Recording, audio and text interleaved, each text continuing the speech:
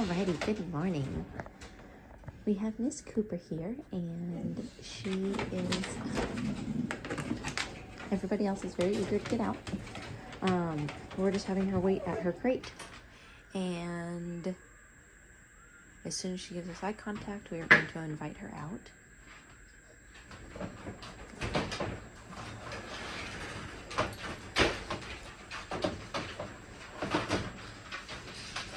Good. Okay, come on. Good girl. Good girl. Good.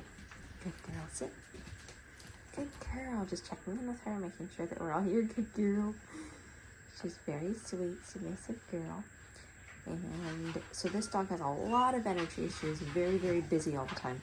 So doing all of this being still stuff is really, really beneficial for her.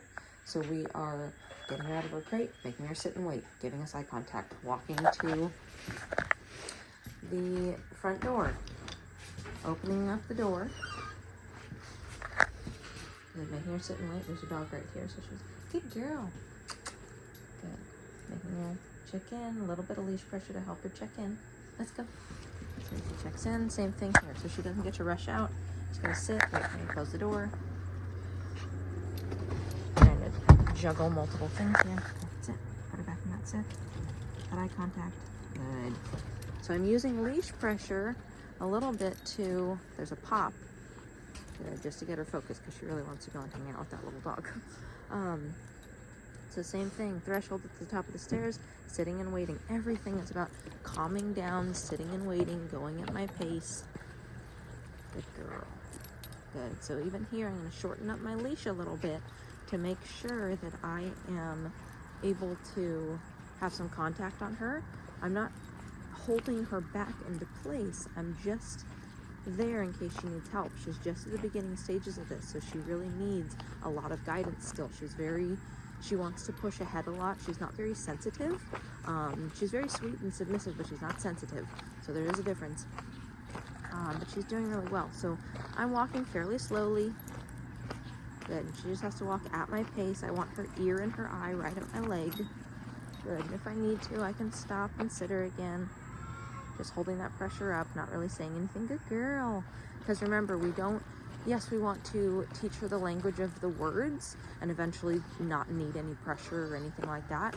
But right now we are teaching her the language of the leash. She didn't know it before. She knew sit with a treat or with your voice.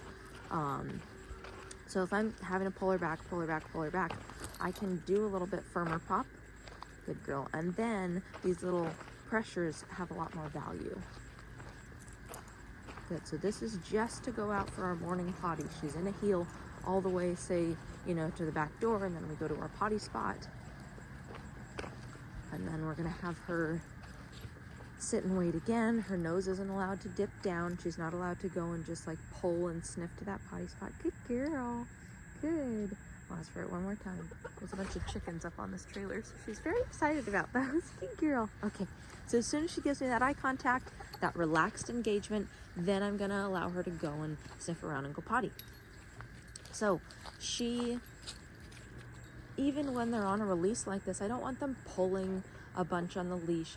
If she goes to pull on the leash, I'm still gonna give her some directional guidance back to come back to me, or just stop pulling on the leash. So this is all good. And then I can walk around, follow her around where she wants to go. But if she goes to eat something that she's not supposed to, I can give her a little bit of information on the leash, a little pop, because she's eating chicken poop or whatever the case may be. Something delicious, I'm sure. And she can go sniff and hang out with the other dogs. But if she gets too pully, I can just bring her back. Good, Cooper. Good girl. Good. Okay, go. And then give her the release again to go and potty and do all the things. So that is how we take a dog out to go potty and do their business in the morning, or any time that we get them out of their crate. That is how we want it done. So this provides structure and accountability and a good relationship and trust in the owner. This is all about calming the mind down, looking for guidance, what else? Permission-based everything. So she's looking to you for leadership and understanding what she's supposed to do, rather than being super wiggly and excited in the crate. That is the one thing that we didn't do on this video, is before I leashed her up, she was wiggly inside in the crate. I just kind of tapped the top of the crate to correct that excitement. She calmed down, then I opened the door up. If she goes to rush out of the door, which she hasn't been doing because we've been practicing it, then I would, close the door in her face and say no. And then once she gives me that nice eye contact and engages with me, I put her leash on, and same thing. I get her all geared up. There's no shenanigans when we're gearing her up. Once she's geared up, then we asked for that eye contact again, and that's where we started our video. So I just didn't think that I should have filmed the whole process, but whatever. We normally aren't filming potty breaks, so. But I want to stress how important these potty breaks are, is the way that we get our dog in and out of the crate, the way that we, have them wait at the front door. This is so, so, so important, and gives us so much leverage in our relationship with them.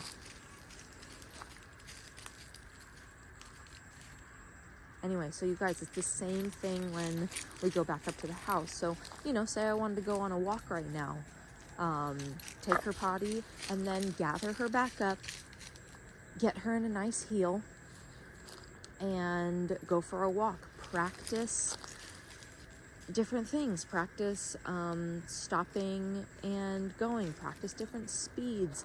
Practice moving her away from you. No, she wants to pick up whatever that is. No, you can't have that, miss. Do you need to go more potty? Go potty. So give her the opportunity. Say we were about to go for a walk. So she didn't need to go. Gave her the opportunity to. I'm sure she does, but she gets distracted very easily. So we'll give her another opportunity in a minute. So I'm going to gather my leash back up. Don't judge my wrapped around hand. Normally I have two hands on my leash, so it doesn't look like that. But same kind of thing. We're going to put her back in that nice little heel, and then we go for our walk.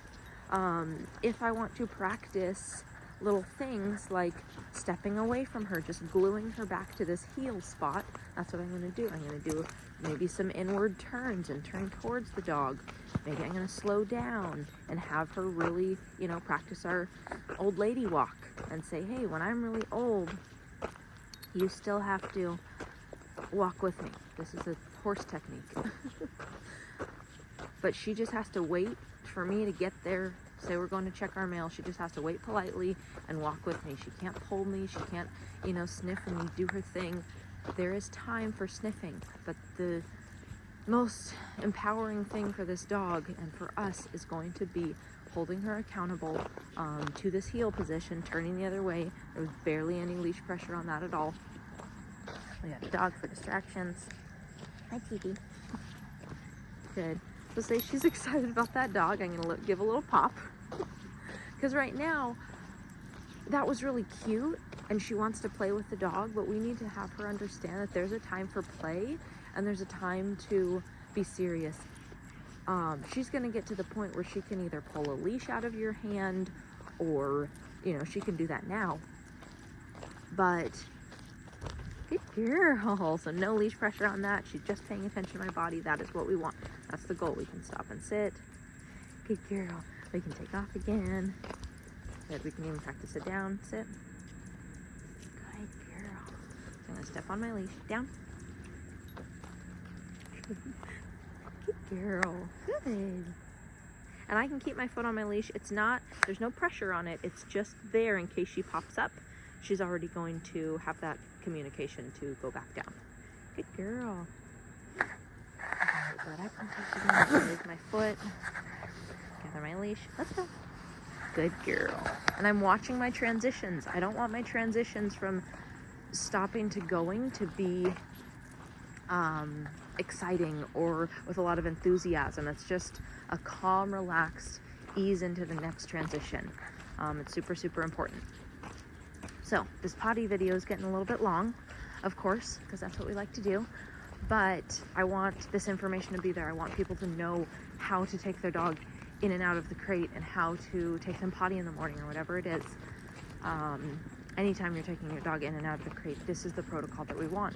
And then as well as it goes for the walks. And maybe we'll make a video of our walks later. We've got our little rooster here. Cowboy, good morning, Cowboy. Good. So if I need, good girl.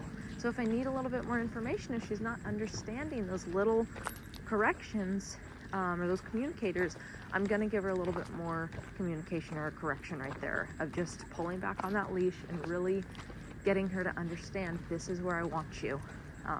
And I can walk faster at my normal pace. Good, and do the same thing. I'm just gonna, when I pop, I'm gonna slow my body for a quick second so she understands the physical aspect of it, what she's supposed to do with that correction. And then we're gonna take off walking again at the normal speed. All right, you guys, so we're gonna let her try to go potty one more time and then let the rest of the dogs out. All right, sit. Good girl. Good girl. Oh, it is a good girl. Good girl. All right, Miss Cooper goes home soon.